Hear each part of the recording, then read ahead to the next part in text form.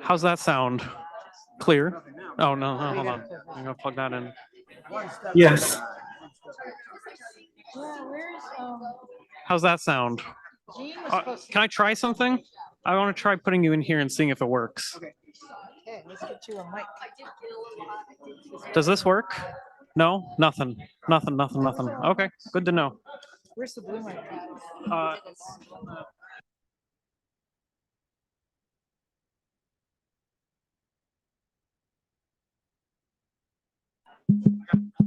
You're going to do it. Okay. And we're not sure who.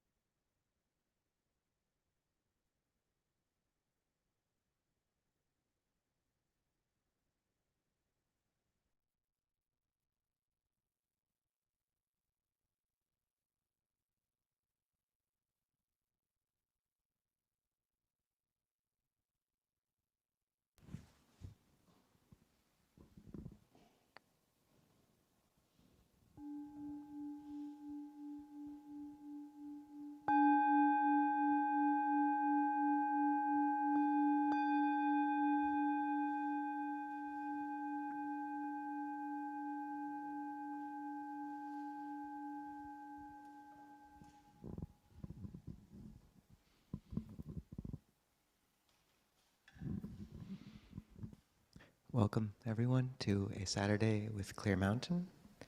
How's the audio? I feel like the mic is very loud, but okay? Good? Okay.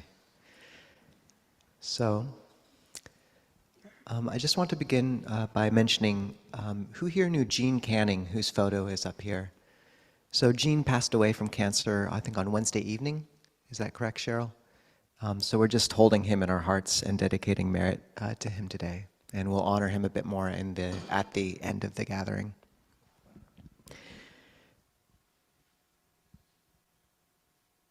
Gosh, I don't want to lead from that into announcements. So let's do a chant together, and we'll save the announcements for the end. 5 subjects for frequent recollection, page 55. If you're joining us on Zoom or YouTube, you can find the link to the chanting book in the YouTube description or chat. Same with Zoom. Page 55. Sorry. Good. We have a monk named Ajahn Siri Panyo, and it constantly invokes Siri whenever you say his name. So.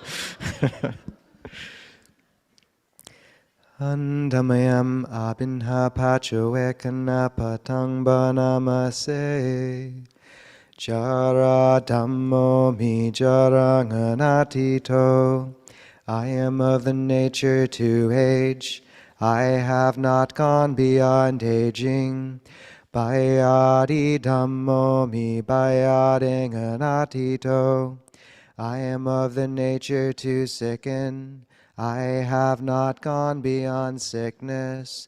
Marana Dhammo mi marananganatito. I am of the nature to die. I have not gone beyond dying. Sabehi me pihehi mana pehi nana bawo vina bawo. All that is mine, beloved and pleasing, will become otherwise, will become separated from me. Kamma sakomi kamma dayado kamma yoni kamma bandhu kamma patisarano yang kammang karisami kaleyanang wa papakang wa tasadayado bhavisami. I am the owner of my karma, heir to my karma, born of my karma, related to my karma, abide supported by my karma. Whatever karma I shall do, for good or for ill, of that I will be the heir. Evang amehi abinhang pachoekita bang. Thus we should frequently recollect.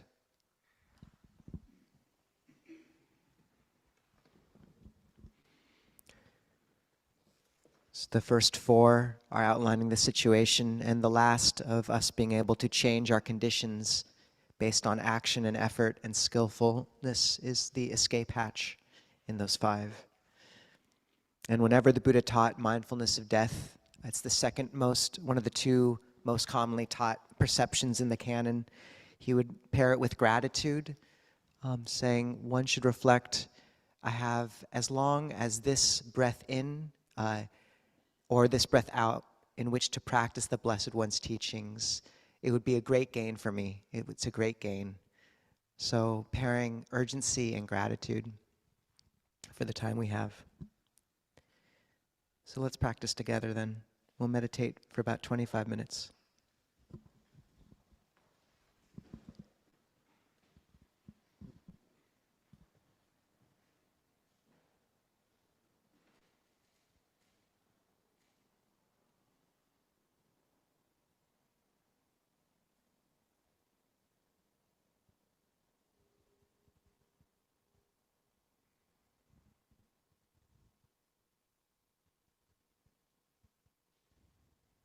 So as usual, begin by setting the vertebrae on an upright axis. You can imagine a string drawing up through the top of your head towards the sky, allowing all the vertebrae on it to straighten upright.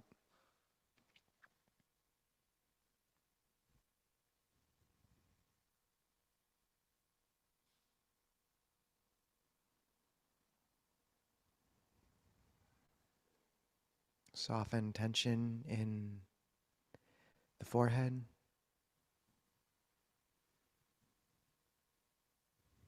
Notice and soften any tension in the eyes, the jaw.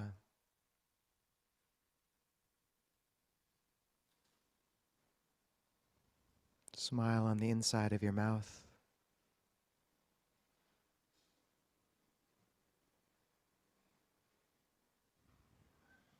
Soften tension in the belly.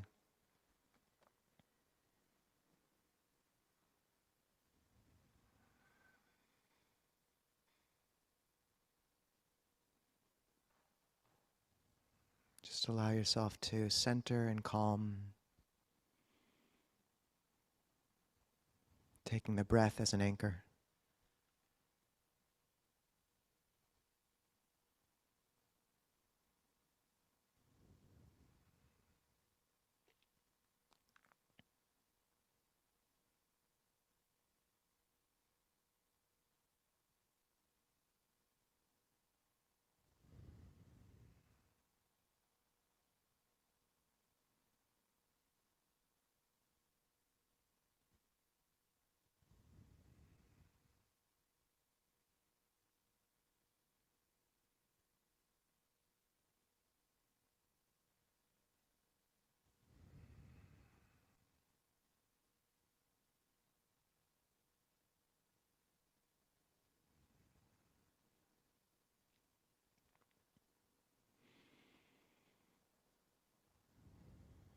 Those of you who want can practice alongside this guided Sanghanusati meditation, or you can just stay with your normal object.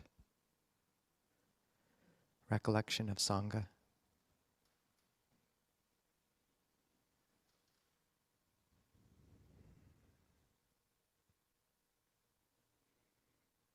What I do is bring up a teacher who you feel a special sense of sweetness for,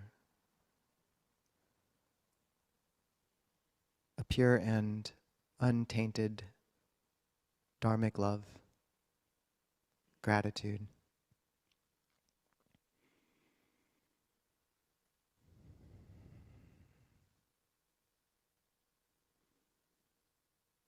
I think of Tenzin Palmo, the bhikkhuni who meditated for 10 years in a cave in Tibet. But it can be whoever makes your heart shine.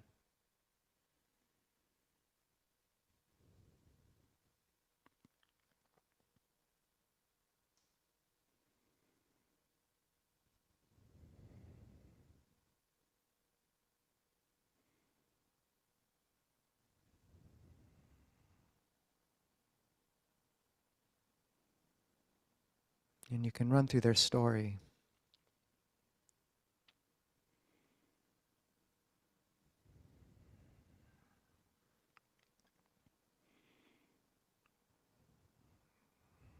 With Tenzin Palmo, growing up as a girl in England, feeling called to journey to India, where she finds her way to Dharamsala, gives herself to a teacher there and goes to a cave in the Himalaya.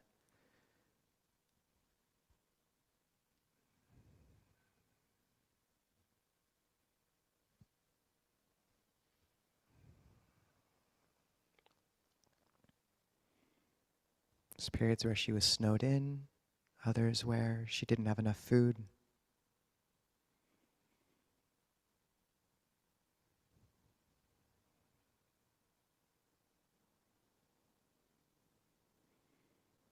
Whatever your teacher's story, just feel free to recollect it and then imagine them in front of you and you holding your hands in Anjali.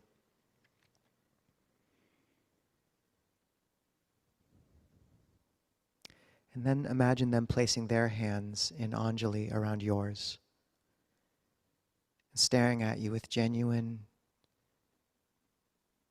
pure compassion and faith in you, in your path, in your potential.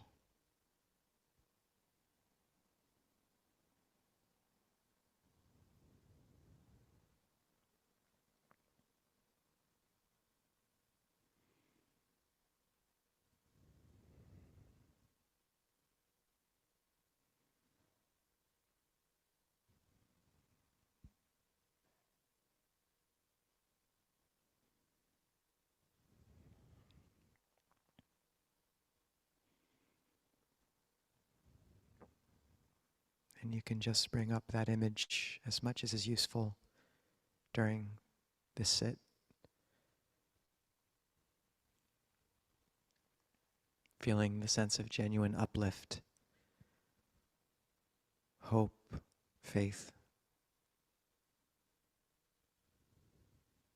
comfort that having your teacher hold your hands in theirs brings.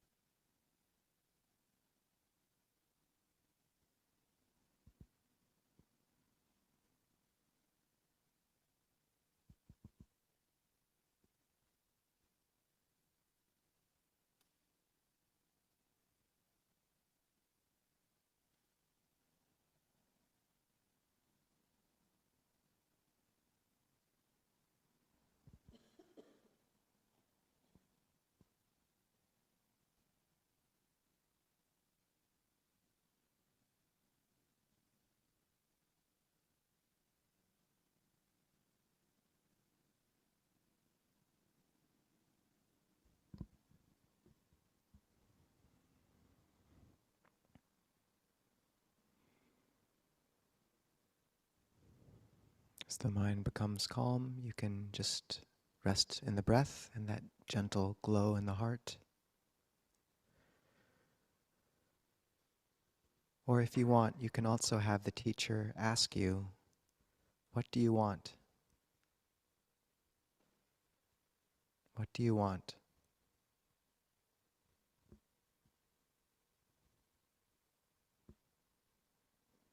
Most in this life, what do you want?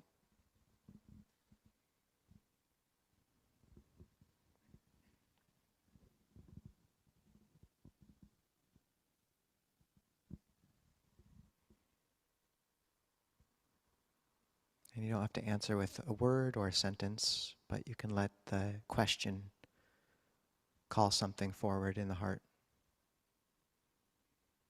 a direction.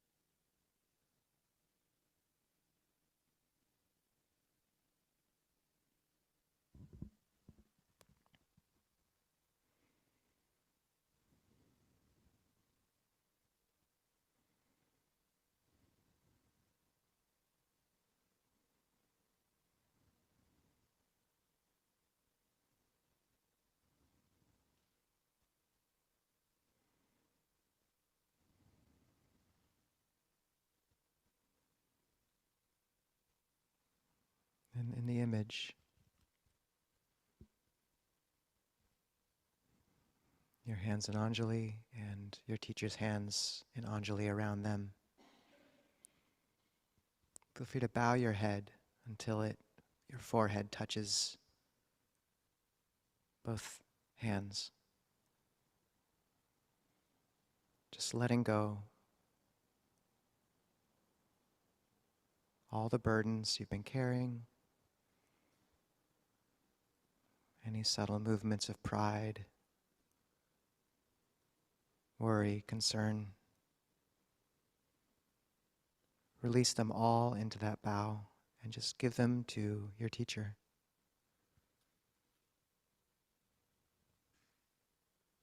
For a second, just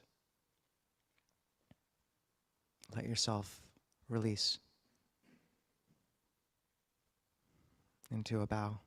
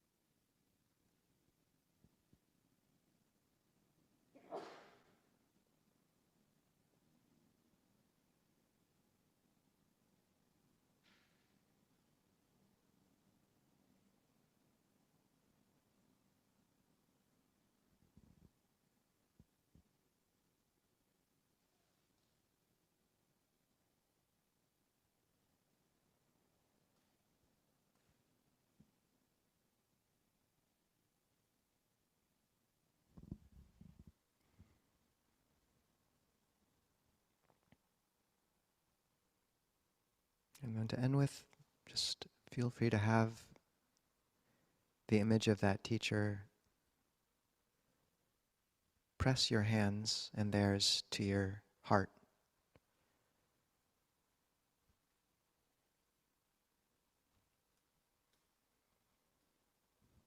And all that sense of faith, safety, hope,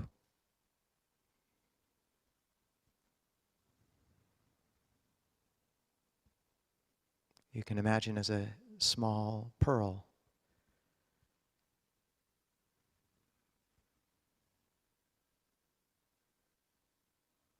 which you can keep and touch through the day as a reference and a reminder.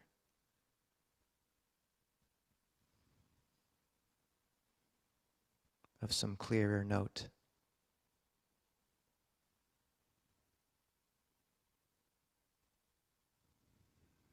Than the noise of the crowd.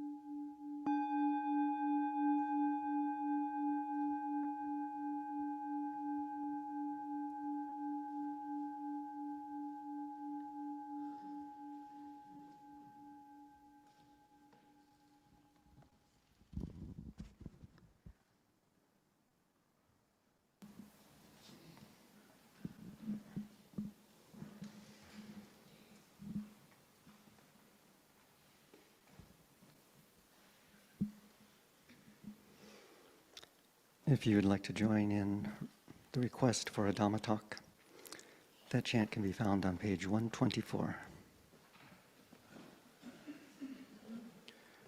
We will begin with 3 bows.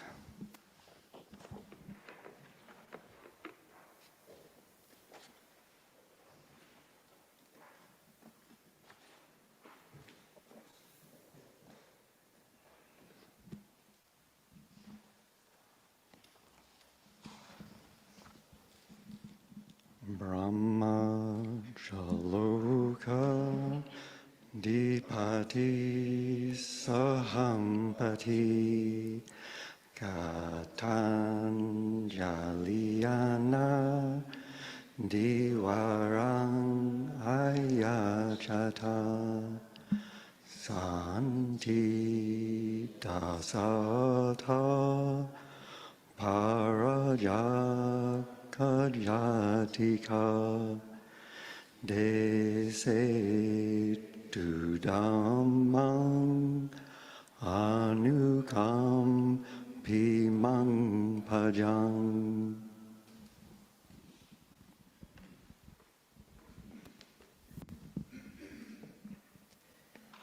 Namo tassa bhagavato arahato samma sambuddhassa. Namo tassa bhagavato arahato samma sambuddhassa. Namo tassa bhagavato arahato samma sambuddhassa. Buddhang dhammang sanghang namasami.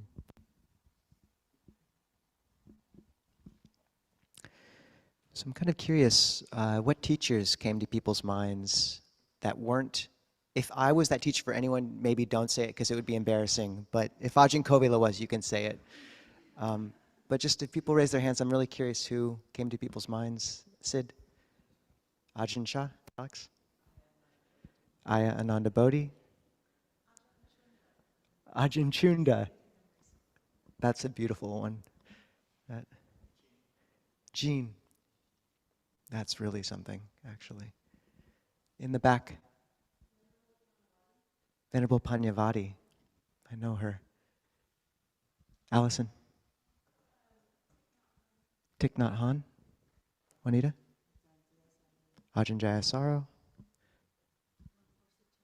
Longpor Suchito. Norman Fisher. Bhante Gunaratana. Bhante G. Moffat. Joe Kobeck. Joseph Goldstein. Ajahn Suchito. Greg? Oh, that was an amen. Okay. In the back? Maybe? Oh. Rick? Longpor Pasano. Carol Marconian. Gary?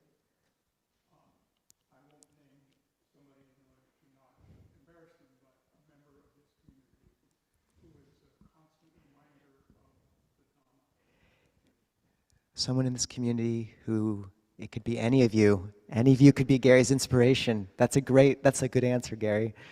I like that. Tyler? Ajahn Chunda, that's two for Ajahn Chunda. Okay. Thich Nhat Hanh as well. Okay. Isn't Sangha stuff fun? Did you have another one? Let's get the other two, yeah. Willa Reed and Elizabeth Day. Willa and Eliza, yes. I just emailed them recently. Okay. Bonnie. Ajahn. Okay, great. Okay. Who says Buddhism can't be fun? No one says that. No one says that. It can always be fun.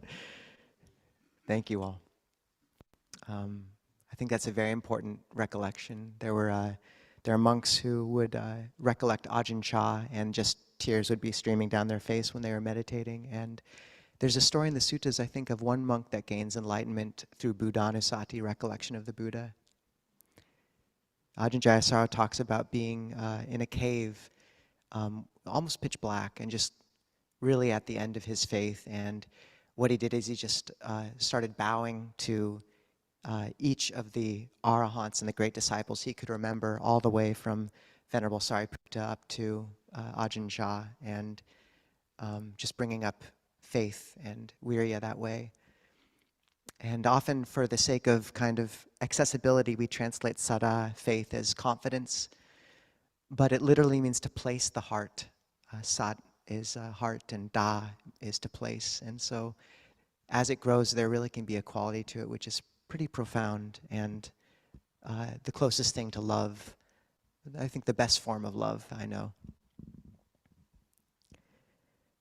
I'll tell Ajahn Chun he got two. He'll be really excited about that. So, what would people like to talk about today? What's on people's hearts or minds? Feel free to raise your hand, and we'll have a mic runner come to you. And if you're on Zoom, you can raise your cartoon hand. In the back. Hayden, Greg will come to you.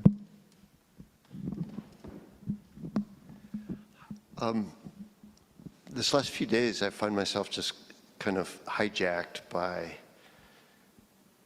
desire for like totally unnecessary, pretty shiny thing. And I kind of thought like, oh, I'm beyond this now. But that sense of kind of clinging and grasping for material things, can you talk about, how to practice with, how to be with, how to wisely and skillfully respond to that mind state? You just said some days you find yourself? These last few days, I feel right. just sort of like hijacked, like my mind has just gone from wide to just kind of small and concentrated. About the size of an iPhone, yeah. Yeah, about a little smaller, actually. Okay, good. The new Apple Watch, maybe? I don't know. Great. Thank you, Hayden.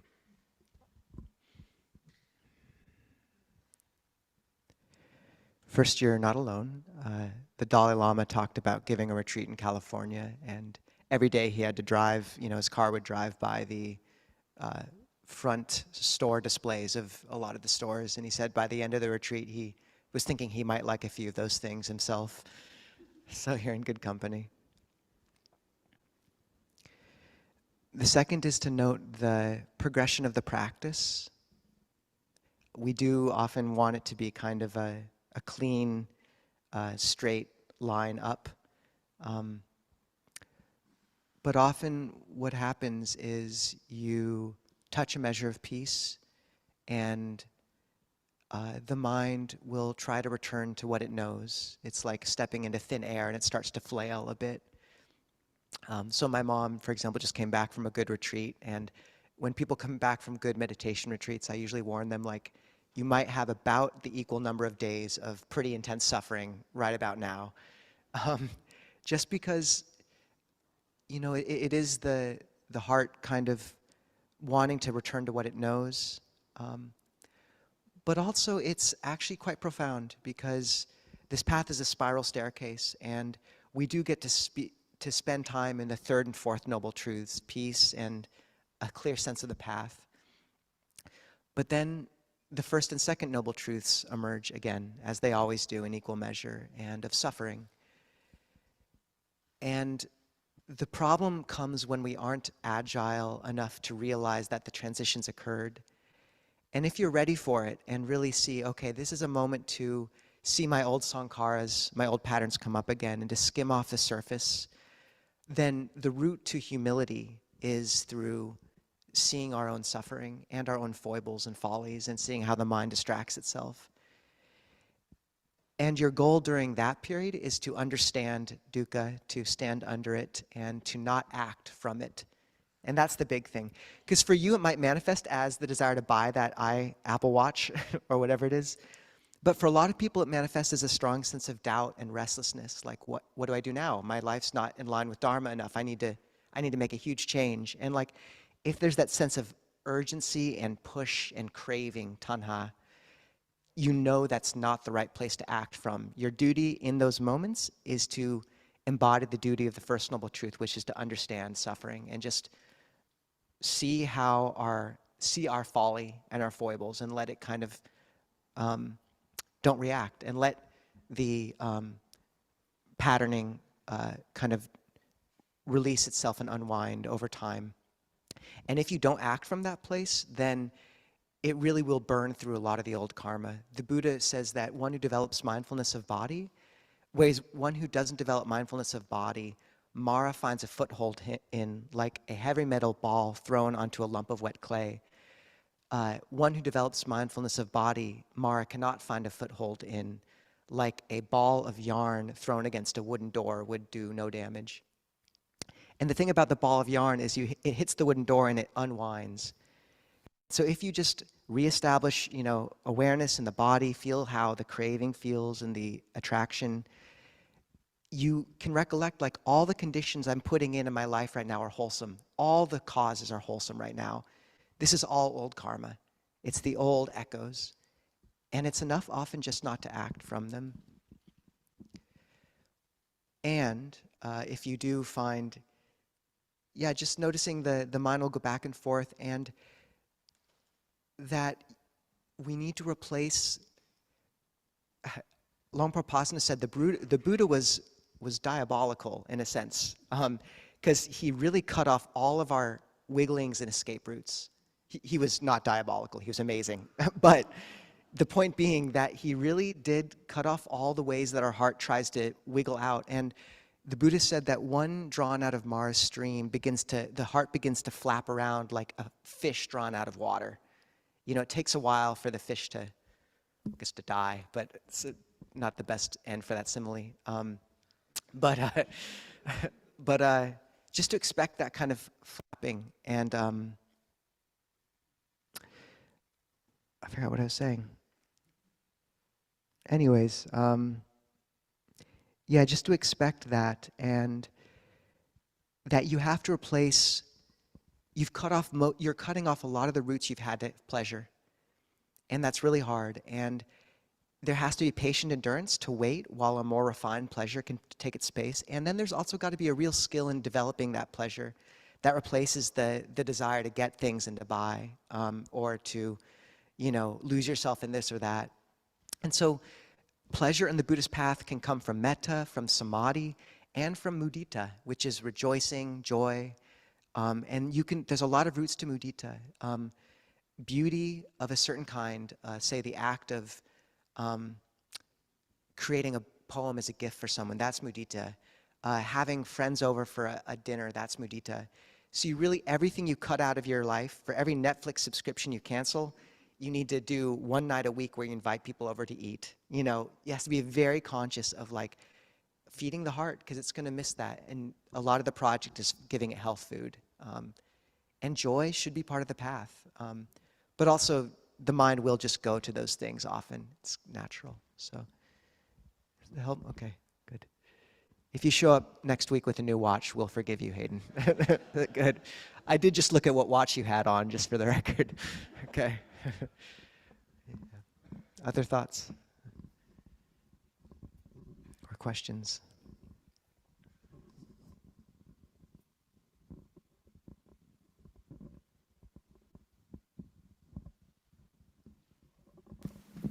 Alex, you can be next. I think we have one in the back.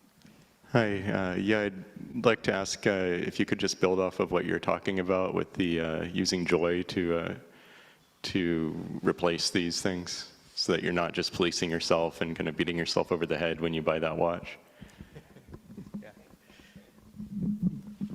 Yeah, the Buddha said that The Dharmic path is Adi Kalyanang, Majjhima Kalyanang, Parayana Kalyanang. Beautiful in the beginning, beautiful in the middle, beautiful in the end. It should be a path of happiness. And yeah, a big part of that, I mean, first is acknowledging we're giving up coarser pleasures for more refined pleasures.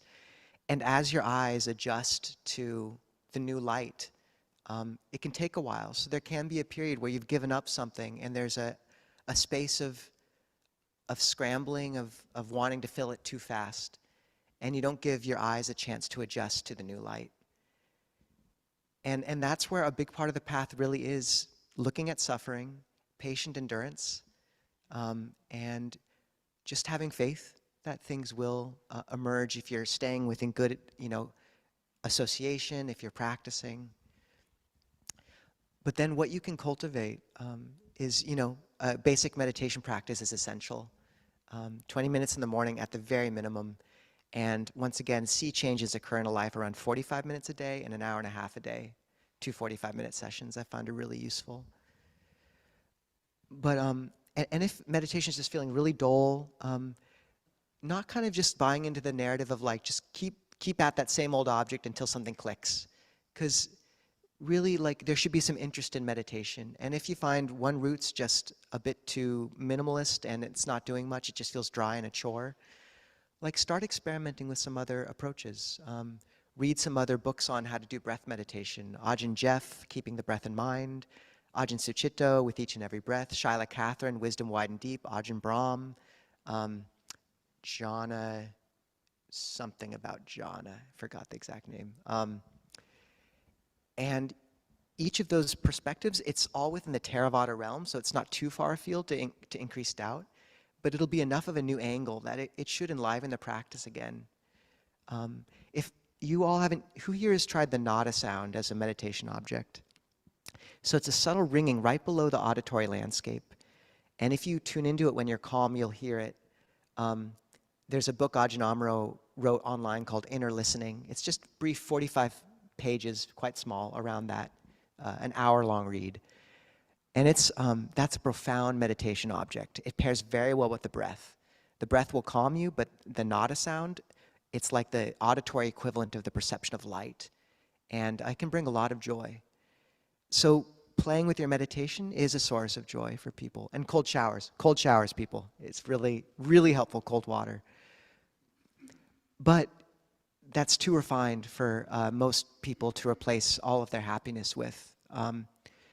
So I would really lean into as strong a foundation as meditating 20 minutes a day is.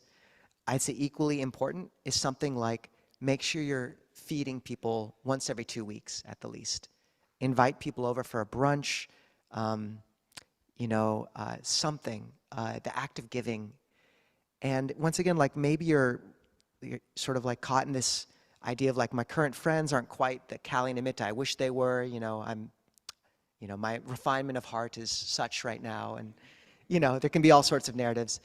The note of giving is so powerful, it'll overwhelm all the other notes people are bringing with them. If you're the host and really holding that act as sacred, the Buddha said there's 6 objects of reverence: Buddha, Dhamma, Sangha, heedfulness training, and receiving guests.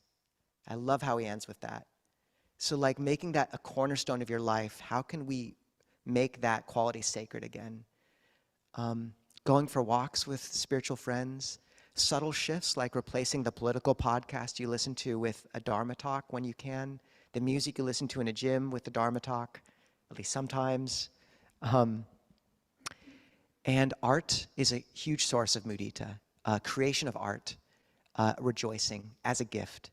So I find I write a poem every month, usually as a gift to someone.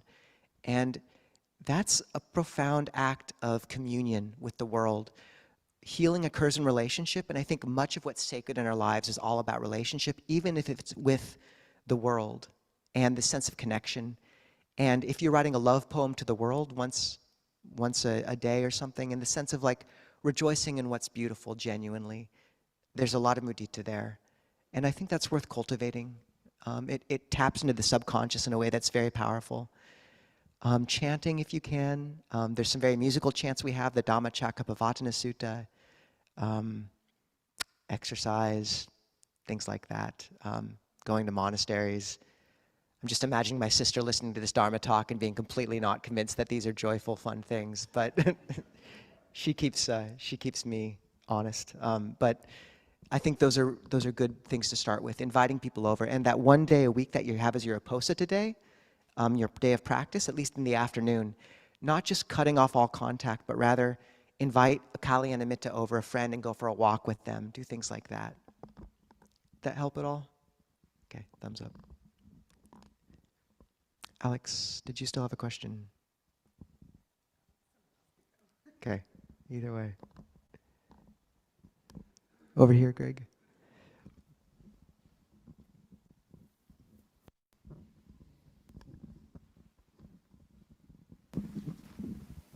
Thank you.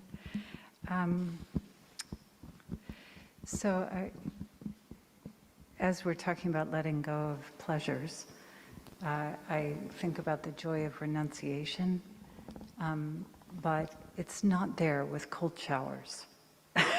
With what? Cold showers. So I need a little more convincing about that. So glad someone asked about the cold showers. For me, there's two levels of renunciation. There's the sila of simplicity, and that's just the heart settling to its most pure state of good enough, and it's just cleanly, it's just clean. For example, giving up snacking. That's one really good way to work with food. Like, you can still have your meals, but just don't snack anymore. The one day a week of meditation, that's the sila of simplicity, the 5 precepts. During that one day a week, the Uposita day, having 8 hours, holding the 8 precepts, which is a little bit of a push. Like, you don't eat in the afternoon, be on some sugar, sleep on a pad on the ground, no entertainment. It adds a little bit of an edge, which is quite useful, actually. Then there's the level of renunciation, which is encompassed by this term in Theravada Buddhism called the Dhutanga practices. And they're kind of, it's called, Dhutanga means to shake out your defilements. And it's like, there's ones about eating once a day, wearing robes, cloth you get from a corpse. If any of you take that one on, let me know. Or don't. No, do. I'll be interested. Sleeping outside in the open air. Going without sleep for a time. And I find those just keep the practice fun, you know? It's a certain kind of fun, but it's kind of important to keep that edge. So for Ajahn Kovilo and myself, fasting works really well. And I actually recommend this if people haven't tried fasting, you know, and granted, if you've worked with eating disorders and body image, you do have to be careful about this, but fasting one day a week can be very powerful to give yourself this sense of spacious and a sort of a clean burning energy. You can go without sleep for a little bit. There's a community member in Portland we talk to who every week he'll lead a little retreat with anyone who wants to come from 12 noon to midnight and just sort of hold that space for that long. With cold showers, you can start with warm water and then switch it to cold, and if you can stick with pretty cold water for about 60 seconds or 2 minutes, 60 seconds you can start with, okay. And just do a chant while you're in there, or some way of distracting yourself if you want. And then meditate and see how the difference feels. And I just find cold water, I mean, the research is behind it at this point, but I find it cleans out the breath, the bodily energy in a way that changes a meditation day and night. If you have a long period of cold water, I do find often I'll lie down for a micro nap for like 2 minutes, and somehow that 2 minutes will let me kind of, the mind bounce into bhavanga and then bounce back up and be ready to sit.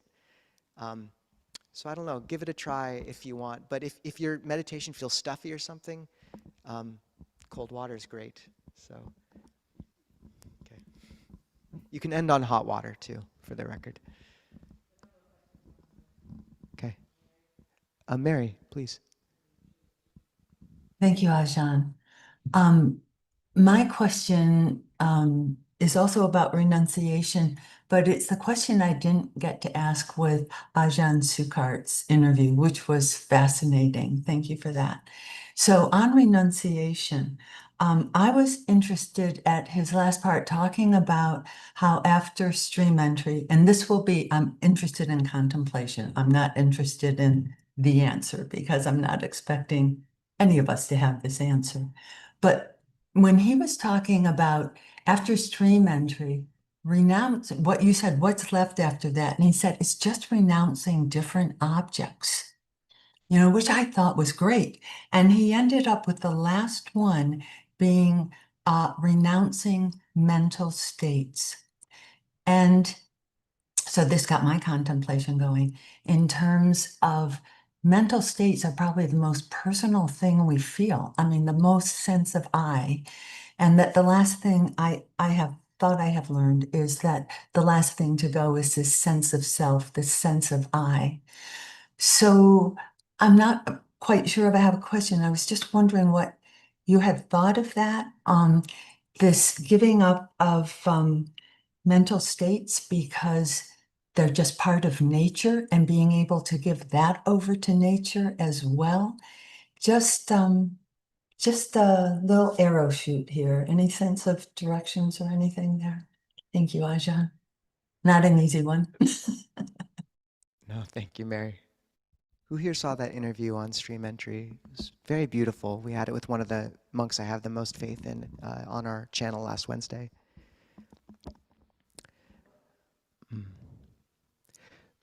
So there's these 10 fetters we talk about being relinquished with different levels of enlightenment.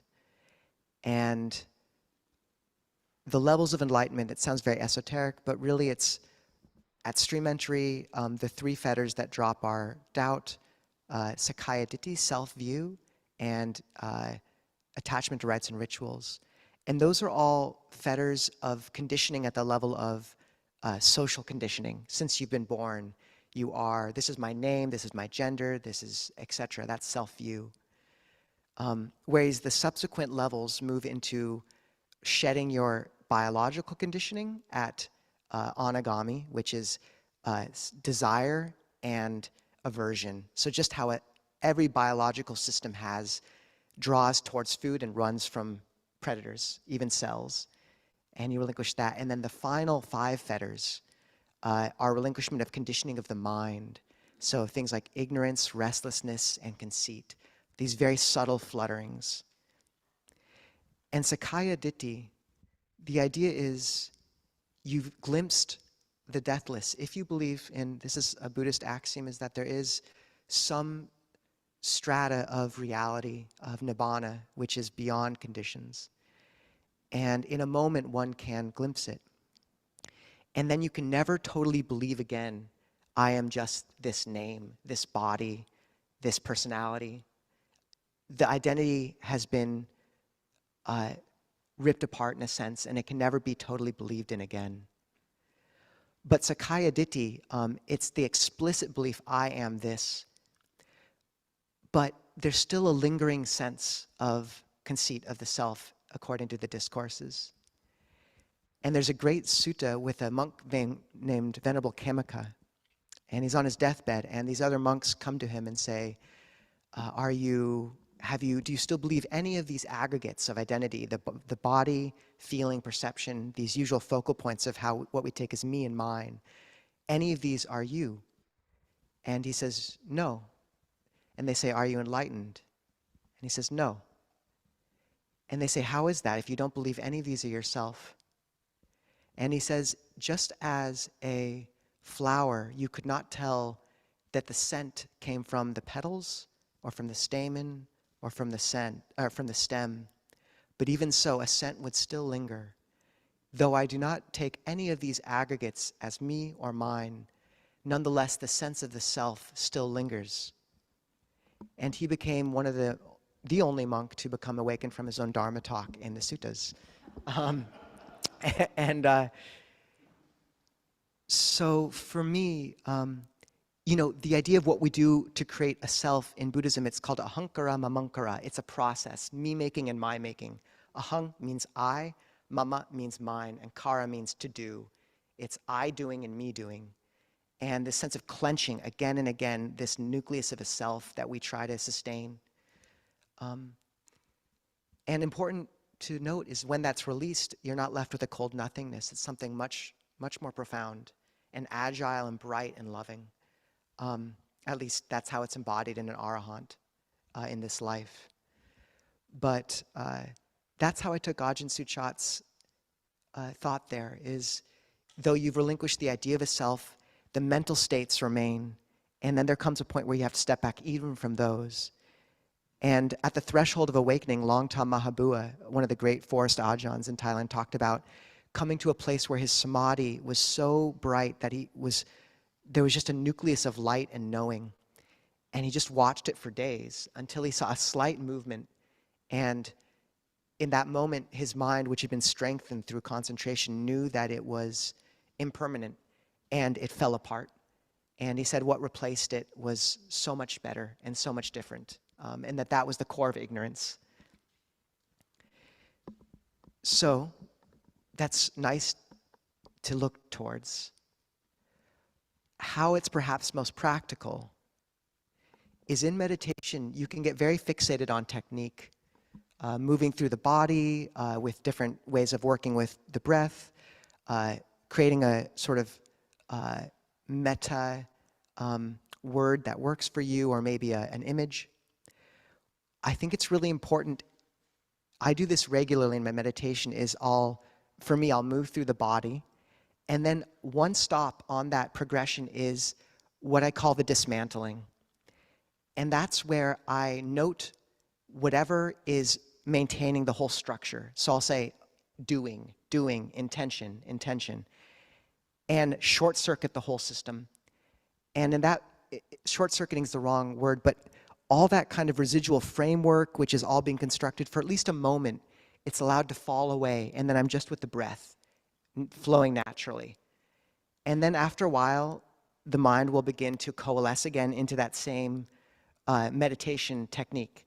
And you can go through it again, but having one moment or landmark in your meditation where you allow things to fall away and that structure to release, and to just be with bare experience and to trust the mind in that moment. You still want an anchor, like the breath, but a lot of that residual framework that you're always holding up, when the mind becomes bright, it will often expand beyond that framework. And if you're always residually, subconsciously holding that framework and never dismantling it, there can be a real sense of claustrophobia and almost buzzing, and you won't go as deep as you can.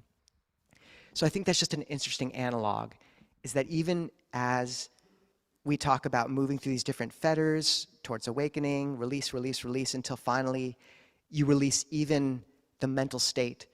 In meditation, on a much more practical level, notice as you move through these, a refining technique, make sure you have a moment in that progression where you release even the technique, at least every now and again, to its most basic anchoring constituent, like the breath or like the sense of metta, and come to that point. Does that answer your question, maybe? It really, Mary, or at really least speak does. to it? It really does, and a screen popped up in front of you. It really does answer and guides. And just one last aspect to this. The Brahma Viharas are not in this realm of mental states, are they? They seem to be outside of a mental state. The Brahma Viharas are not included in what you just said, are they? Say that again, Mary? Are the Brahma Viharas included in what you just said? Can you hear me? In the mental states? Yeah. Yeah, in the mental states that we're talking Because about. they seem to be outside of the sense of self, or a mental state. They seem to be a quality that is known but not. So how does that work? Yeah. No, it's a great question. The process of deepening concentration and refining the mind is a process of applying the Four Noble Truths. So you come to a more refined mental state, and as initially it's like stepping into a bright room, and it's so bright, it just is light. And often that's actually where we can mistake it for an awakening experience. But then after you've been there and repeatedly come to it, your eyes adjust, and you start to notice a little bit of grime in the corner, Or maybe you notice that you're actually constantly having to kind of wind the electrical generator that's keeping the light on, or something. There's like something you're doing to make it, and something that is actually a bit coarse about it as the mind acclimatizes. And then you let go of that next stage. You let go of that and come to even a more refined state. So when the Buddha speaks about moving through, say, the formless attainments, you're in this realm of space, and then consciousness, and then nothingness. And the same goes with the Brahma Viharas. These states of loving kindness, like, they're very lucid and broad, and among the most refined states of mind a human being can access in this life. And there will come a point where, if you've rested in those enough, it's actually, there's something even more subtle that you can let go of there. And you don't have to worry about that too much, but just if you rest in as refined a state as you can get of concentration or metta, and just wait until you begin to feel like something's unnecessary in it, a bit coarse. The Chinese say it's like drawing legs on a snake. It just feels unnecessary. And then you stop doing that. You stop adding, because you're doing it. You're keeping it going somehow. And you begin to wonder who you're putting on the movie show for. It's just you. And so you stop. And then you step into even a more refined state. And you just keep stepping back until, I think, until you're in a corner, and then the walls blow apart, and then, awakening, apparently, so they say. So yeah, the Brahma Viharas still are in that realm, but they're very refined. Thank you so much for the answer and for the time. Thank you. Thank you, everybody. Yeah. Thank you, Mary.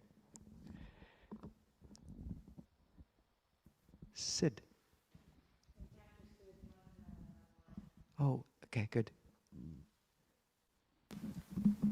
Thank you, Ajahn, for all the talk and question answering.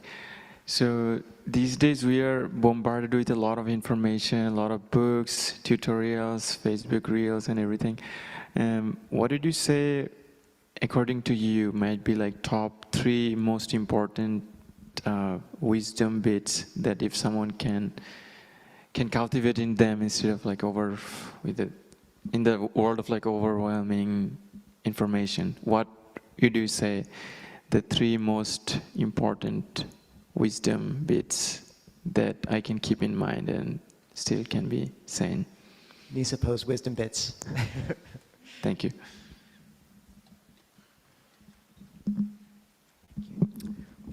One is just sense restraint, Indriya Samvara, and really taking that seriously with news. Maybe news isn't your special thing, but with anything, but especially with news. This mantra of I need to stay informed. I really think if people experiment just with pulling back from their news feeds and reading a long-form article or 2 once a week and talking to your friends a bit, you'll get all the information you need in order to actually act in a way you can to make a difference. Everything beyond that, I really find, is pretty unnecessary in terms of what you can actually do. And it affects your heart very deeply over time. It really does. So sense restraint and taking that seriously, have your news day, whatever, but just the other days, can you kind of really understand that the best gift you can give this world, at least in part, is a heart that's bright and happy. And as a practitioner, it's your duty to maintain that. And that doesn't have to be at odds with actually making a difference at the right times. You can still go to a vigil if you need to, you don't need to look at the news 2 times a day. The second is, I think I hear this conceit a lot, the world's falling apart. It's so bad right now. Statistically, we're in perhaps one of the best moments we've ever been in terms of samsara. Things are bad, but they always are. And it's not to devalue the suffering that there is, but I do think there's a conceit in like, it's especially bad now. We need to be panicking. And like, you look at the Buddhist time with famine, child mortality, upwards of 50%, wars this way and that, just the number of people dying from famine and war. And, I think just by widening our gaze, that's one word for upekkha, is upa, which means to approach or go over, and ik means to look. So upekkha, equanimity, equipoise, also could mean looking over. Ayananda Bodhi translated it as a bird's eye view. And Joseph Goldstein says we should look at the mad affairs of the earth through the lens of Venus. And Venus is the goddess of love, which is very sweet, actually. But just, I think it's just a more true perspective. Like, you know, if we'd been living 50 years ago, we would be worried about nuclear bombs falling from the sky any moment.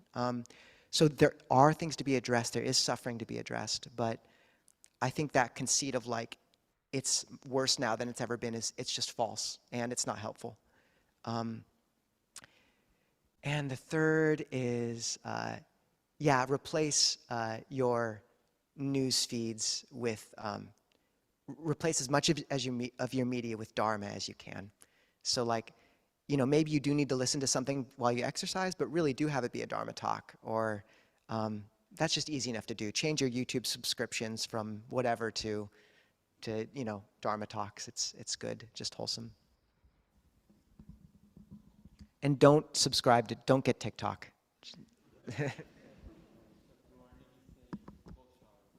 Cold showers, good. I love that. Yeah, good. Vandana, online. Sadhu, sadhu, sadhu, Ajahn. Beautiful, beautiful wisdom. Thank you so much. One thing, a very interesting story about the cold showers I want to share, if you allow me. So I never liked taking cold Please. showers because I never liked them because I feel very cold. But what happened when I visited Bodh Gaya in 23, it was like beginning of 24. So what happened there that I was last day, when I visited all the beautiful sites, got emotional, beautiful experiences. Last day, I wanted to come to Bodhi Temple in the early morning, 5 o'clock chanting. And then the hot water stopped working. It wasn't, because it was a December, January, right? So in India, it's not easy to get the heater on easily. So that in the guest house, the hot water was not working. And I realized what you mentioned, cold showers. And then I said, oh my God, it's so difficult. But I turned it on anyway. And then I was like shivering, but I took the shower. I started walking to the Bodhi temple. I got like the most broken handheld rickshaw, which a guy was ready to take me to the temple because I was like 15 minutes away from the temple. And I just sat on it and I started just going towards the temple and then looking around the Bodh Gaya and then like feeling that, oh, Buddha was walking here. He's like looking at me and I started smiling. And I reached to the temple, and every time when I went there before, temple was completely full. I didn't have a courage to go inside or stand in the line, so I'd never been inside. But the last day, what happened, because maybe Buddha put me to this test, the temple was completely empty. 5:30, as soon as I entered the temple, stood next to the big Buddha statue, and then people started coming behind me. I took it as like a blessing that, oh my God, this is so beautiful. And then I was very happy coming back because I thought I'm going to miss that, not going, because I'm not a crowded person. I don't like going to crowded places. So I said, okay, that's okay. If I don't go inside. The whole time I was thinking that, but the last day, Buddha made it happen. So maybe you can call it my little superstition, but that's what I thought every time. That's what I encourage people to visit monasteries or maybe take a pilgrimage anytime they can, because when I visited Lumbini, Kapilvastu, my meditation improved a lot. Coming back from Bodh Gaya increased a lot. Coming back from Thailand, it's like very different now. So every time it's like a progression in meditation and experiences. So I would definitely encourage people to take maybe a little step further in that direction. Thank you, Ajahn. Grateful for your teachings. Thank you, Vandana. Encouragement on pilgrimage and cold showers. You never know what'll happen, actually, apparently, if you take them. Thank you, Vandana. And thank you for the encouragement on pilgrimage. Who here has been to Bodh Gaya before? If you haven't, it's really, you know, I think as Westerners we can think, you know, pilgrimage, superstition. It's amazing. If you go to the Mahabodhi temple, just thousands of Tibetans doing full-length prostrations, 12 hours a day. There's a rip in reality there. It's very powerful, and it's worth going. Thank you, Vandana. And you can take cold showers, apparently, by choice or not, there. So. My hot water went off, too, when I was there, and the room next to me caught on fire, also. So, yeah. Allison.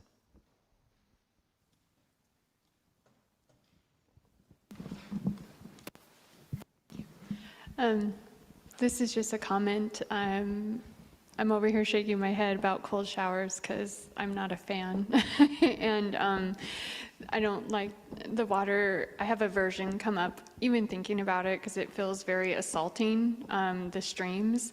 But what I have found very useful is sitting in cold water stills. And I do find cold water beneficial. So if you find, I just like, you asked about it, if you find like the showers are not helpful, somehow, yeah, a garbage can was filled with cold water in my household, and I tried it, and it was quite blissful. It was very nice, to my surprise, and though I haven't done it, yeah, it's been a while, but yeah, just encouraging, like, if you don't give up on the cold showers, if those don't work for you, maybe try a garbage can with cold water. I feel like we're going to have to title this talk Cold Showers, and I'm not necessarily...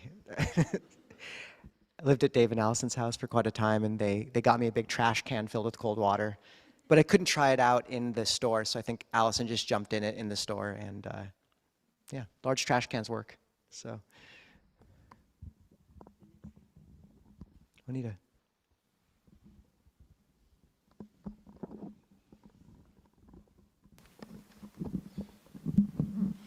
Namaskar, Pajaan.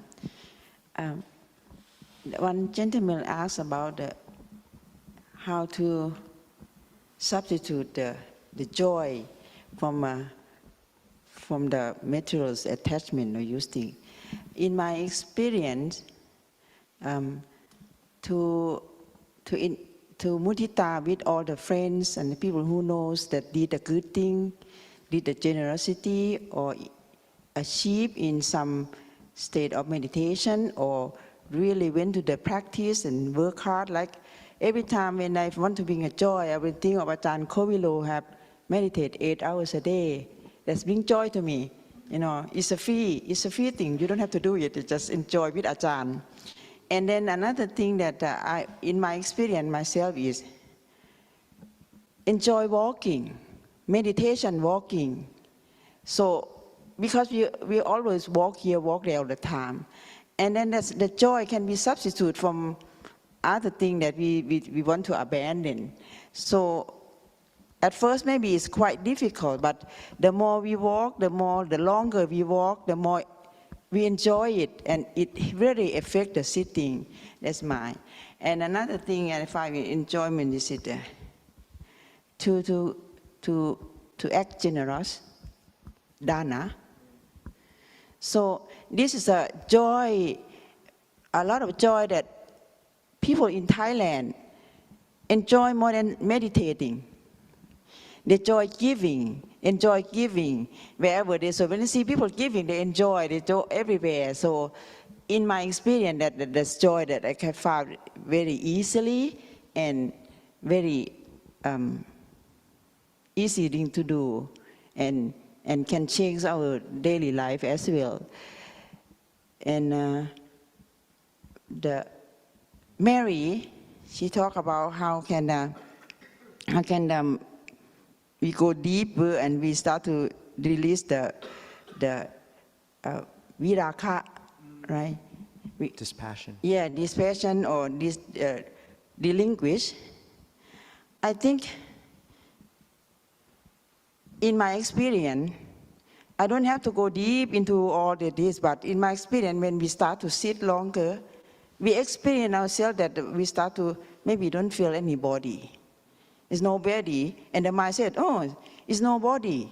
Start to see a little bit, and like Ajahn said, You start, you only the breath stay there. And sometimes the breath disappear. So I said, oh, this is it can be no me, no body, no physical body. It can be just only sitting deeper, only into the samadhi. This is my experience. That's how I see the mind can see more often and more often, more often, and see. At our stage, we don't need to go. Can't go reach in deep level before we die or something like that. But at the moment of every sitting, when we experience, the mind can see, this is not me, this is not mine, this body, it just can disappear just for the sittings. This is what I want to share, Ajahn. Thank you. Yeah, as there's many teachers who say, meditation is preparation for death. And there's that relinquishment of the body that you can become more and more accustomed to, at least in perception. Thank you, Juanita. John. Yeah. Yeah, I had to add to the stuff about cold showers. I've been trying that out for some time now, and but I did have a question about it, and I was talking about saunas also, how the mind really settles for me when I'm in a sauna or if I'm in a cold shower. I can't help but think of Wim Hof. I guess he meditated a lot. After his wife committed suicide, he was able to settle his mind by getting into some of the coldest places he could find. But anyway, my question is that sense desires to be going towards the cold or the heat in order to settle the mind? Is the sense of desires to be what? Going towards the heat? Yeah, I was talking about this with a Kalyanamitta, and he said, well, that's sense desires. If you're going into the sauna and finding that it settles the mind, I don't know. I understand. Yeah. I understand. Thank you, John. Mm-hmm. Yeah, I think it just gets to an important point where there's certain aspects of, the Buddha says that the beautiful things of the world remain as they are. A person's resolve on sensual pleasures is their sensuality.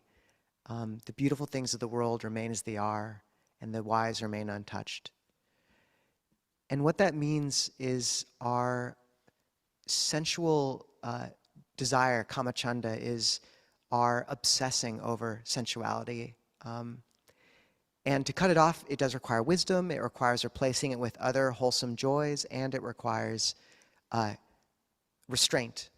But an important refinement of that view is there are things associated with the senses, because almost everything, many things are, which can actually also serve as a route to mudita, sympathetic joy. And many of you will know the translation of mudita as sympathetic joy. I've spoken about this before, but actually in the suttas, the translation is the cure for discontent. So it can be gratitude, rejoicing, that kind of joy. And often the essential experience can actually be a route to a samadhi factor or an enlightenment factor or mudita of some kind. So with one of the enlightenment factors is passaddhi, which is tranquility of body and mind. And that leads to pleasure, which can lead to samadhi. But that settling of the body is key. And so with cold showers or with a sauna, granted, maybe a sauna feels good, but if afterwards your body feels very settled and you're able to enter calm, then actually it's a valid route to passaddhi. You're cultivating an enlightenment factor. Similarly, with, say, an interaction with a friend or a beautiful piece of nature, when the Buddha talks about sense restraint, he says one does not grasp onto any signs and features of that experience. And that's how the mind will coalesce onto, say, someone of the opposite gender or of the same gender, whatever you're attracted to, coalescing onto, okay, man, woman, and then its features, its secondary characteristics, oh, the hair, the shape. So you can see the mind kind of grabbing. Whereas sometimes in interaction with a beautiful landscape or another person, what you're actually getting in touch with is a more refined field of the experience, which is actually more mudita. Like just the beauty of being with a human being in the fullness and complexity and empathetic resonance that they are. That's mudita. And it involves looking at someone, it involves speaking to them, but the mind doesn't drill in and grab onto features. It's rather touching a much more pure strata that underlies the whole experience. It's the sublimated experience of mudita. And it's important to note that, because if we group everything that involves those sensual experiences under sensual desire and bad, we cut ourselves off from so many roots, which are actually legitimate roots to joy. There's a whole corpus of poetry in the canon, the Therigatha and the Therigatha, it's the first large body of nature poetry in existence. And it's even the strictest monks like Mahakassapa rejoicing and writing about the beauty of nature. And if an arahant can do it, you know. So just to note, this word mudita is very important. It means mood, means soft, and it's that sense of uplift and joy in the heart. It's a different flavor than clinging, feeding, chewing over something. And as to sauna, it's a route to passaddhi, so it's okay. Thank you, Ajahn. Okay. Welcome, John. Okay. Thank you all. We should wrap up now. To begin with, a few of those announcements we were going to mention. One is we're having a cleanup of the upstairs inventory, which Bonnie will be leading the charge on. Raise thy hand, Bonnie. There you go. All right. And just talk to her if you want to help out with that. Yes? It's good. And additionally, Ajahn Kovila will be upping for this last week or so of our retreat to 10 hours of meditation on Zoom every day. So we need to get some extra mudita. So you can tune in. The times are on the website. And I think now we'll do Blessing Braid, the chanting request list, Cheryl.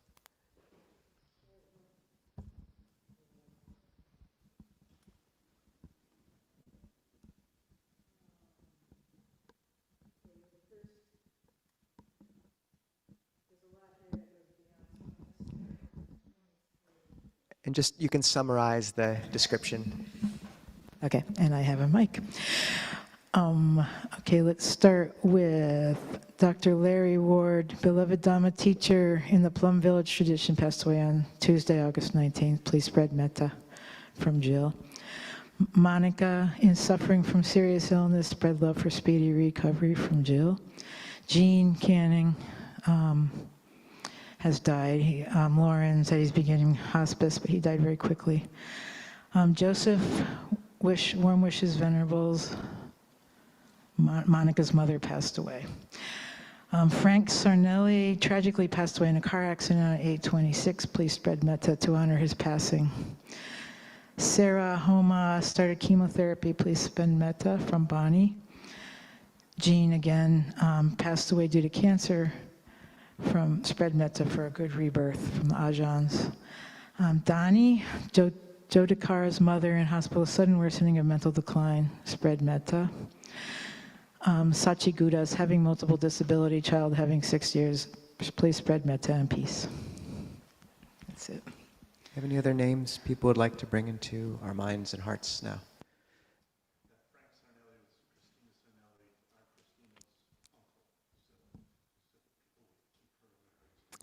Frank is Christina's uncle, so keeping her in our hearts, and his daughters. Nico.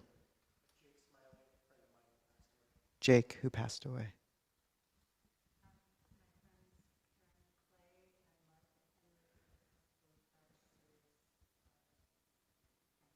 Karen and Martha, who both have serious cancer.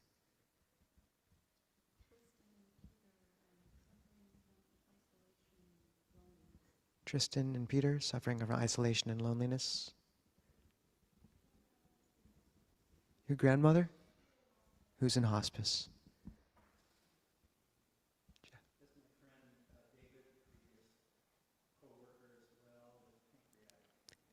David, previous coworker with pancreatic cancer.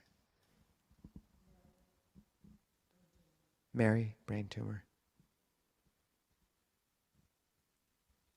Oh yes. Virginia Sims passed away.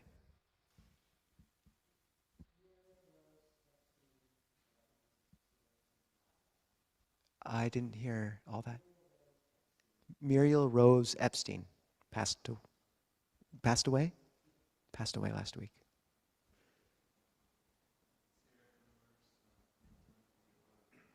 Sarah Conover's well-being. Maybe now we can just take a second. Cheryl, would you say a few words about Jean? Yeah, and Ava as well. Yeah, great. Okay. I don't have anything prepared, but I just want to say that Jean, I learned after I got back, I knew that he had cancer before I left, and he's been struggling with it for a few months now, maybe longer. Jean was a very good friend of mine, and he was kind of a Dharma brother. He was a good friend to a lot of people. He and I joined Seattle Insight right about the same time. So I feel like we grew together in the Dhamma. And I don't know what else to say. I miss him. I see him, I feel him here. And I'm surprised I'm not blubbering here. But I'm just so glad to have known him. And I appreciate his courage. I know it was very difficult cancer. And, he's an inspiration to me, following right behind. Who knows when. Anyway, thanks. And we'll go ahead and give the mic to Eva. Thank you, Cheryl.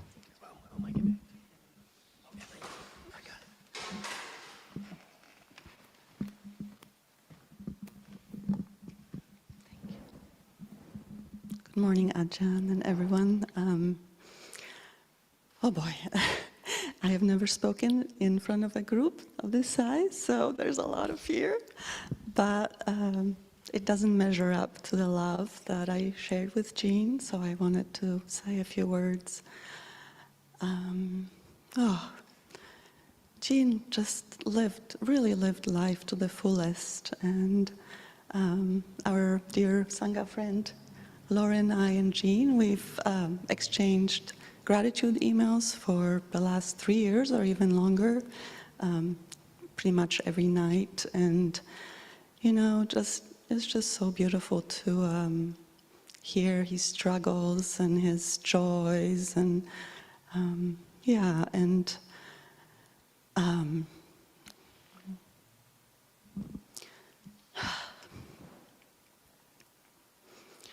just maybe a year and a half ago, I was in throes of very deep depression with very strong desire to end my life. And Jean, Jean was there. Jean was accompanying me in that deep, deep dukkha. And I feel like he would be really proud of me for speaking in front of you all. He would say, "You go, girl," And I just want to recount one of my last visits with Jean. This was about a week and a half ago. I visited him at his house, and when I arrived, he didn't greet me at the door. He was too weak. He was kind of sunk in the couch, and I gave him a sideways hug, and he put his hand on my cheek, and it was like one of the most tender moments that I've ever experienced. He saw the preciousness of this life before I could get a sense of that.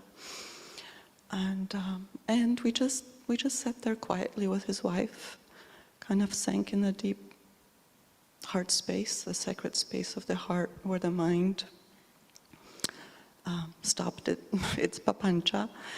And and I will miss him. And he was also a avid biker. At 79, he will bike here, to here from Ballard, up Capitol Hill.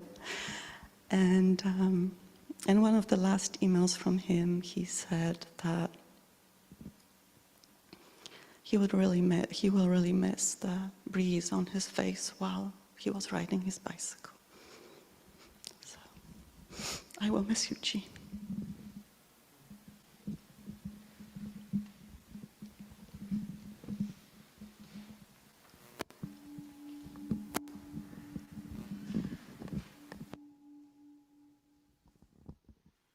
We'll hold those names in our hearts for about 20 seconds, 30 seconds, and then we'll chant.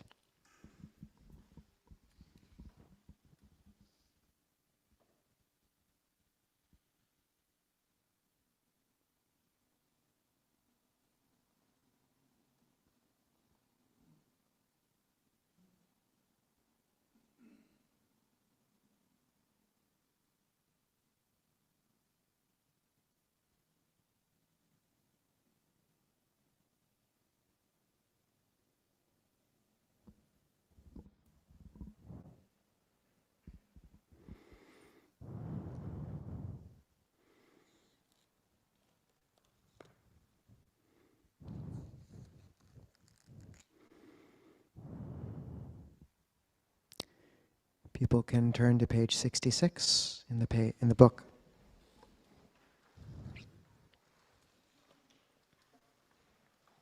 If you're on Zoom or YouTube, the link to the chanting book should be in the chat. Page 66.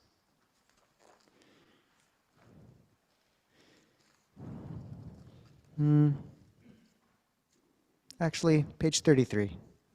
Let's do that. I think we can use a little uplift on this one. 33, verses of sharing and aspiration. Hold Jean and all those named. Now let us chant the verses of sharing and aspiration. Through the goodness that arises from my practice, may my spiritual teachers and guides of great virtue, my mother, my father, and my relatives, the sun and the moon, and all virtuous leaders of the world, may the highest gods and evil forces, celestial beings, guardian spirits of the earth, and the Lord of death, may those who are friendly, indifferent, or hostile, may all beings receive the blessings of my life. May they soon attain the threefold bliss and realize the deathless through the goodness that arises from my practice. And through this act of sharing, may all desires and attachments quickly cease, and all harmful states of mind, until I realize Nibbana in every kind of birth. May I have an upright mind, with mindfulness and wisdom, austerity and vigor. May the forces of delusion not take hold, nor weaken my resolve. The Buddha is my excellent refuge. Unsurpassed is the protection of the Dhamma. The solitary Buddha is my noble guide. The Sangha is my supreme support. Through the supreme power of all these, may darkness and delusion be dispelled. Just to say, the first time Jean was pointed out to me, someone just pointed out the fact that his face seemed one of the most sweet, sincere ones he'd ever seen. And I do find some people have that quality towards something in them is kind of the veil's worn away and something really shines through, and that was the case with Jean. And just a note in Buddhist thought, you know, if you bring him to mind these next few days, it might be genuinely helpful to him. That's the idea of rebirth, and at the very least, it can change your relationship to his memory. So when you do good, dedicating it to him and lighting a candle in the morning and evening for those who have passed. And just the idea that goodness carries on, and the fact that Jean found the Dhamma towards the end of his life was a real blessing and a refuge, and we'll miss him. And Ava, did well speaking in front of everyone, so way to go. Milo. Sorry, quick announcement I missed earlier. We'll be having another men's Dhamma discussion group today after the gathering, 12:30 to 2 o'clock at the Seattle Public Library, which is on Republican Street, about a 15-minute walk from here. So hope to see some of you there. I'll be driving down a bit early, so come talk to me if you'd like to ride with me or have any questions. Thanks. Talk to Milo back there. Usually for those who, I know we've gone a little over time, but if anyone's new here and has been here 3 times or less, if you wouldn't mind just briefly, if you feel like it, raising your hand and just saying your name and how you heard about us. Just to introduce yourself to the group. Please.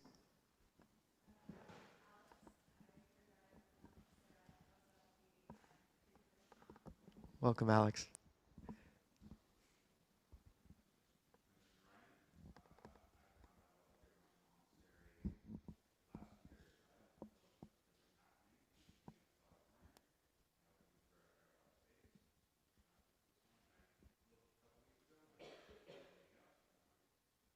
Welcome, Ryan. Great.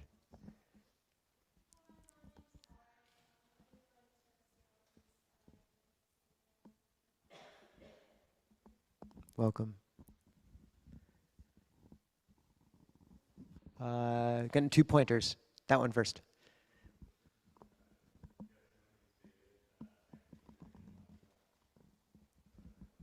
Welcome, David.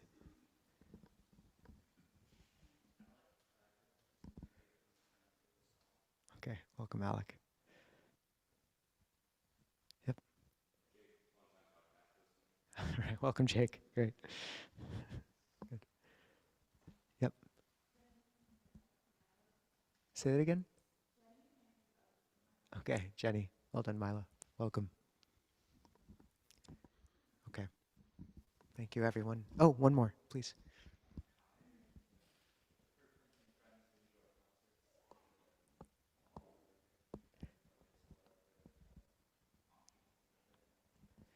Oh, great. All right. We're kind of like a concert. Welcome, Kai. Good. Good. Perfect. Welcome. Okay. So thank you, everyone. Most of you know we don't accept money as monastics, so everything here is completely freely offered. Please partake of the food in the back. There's free books as well. Get yourself a name tag if you haven't already. It'll help everyone know you. We also encourage people, the first person you speak to after things wrap up, if it can be someone you haven't talked to before, that can be a useful way to mix things up. And yeah, just really rejoicing in having a place like this where it's a sense of refuge, and keeping in mind Jean today as well. Those who want to bow can.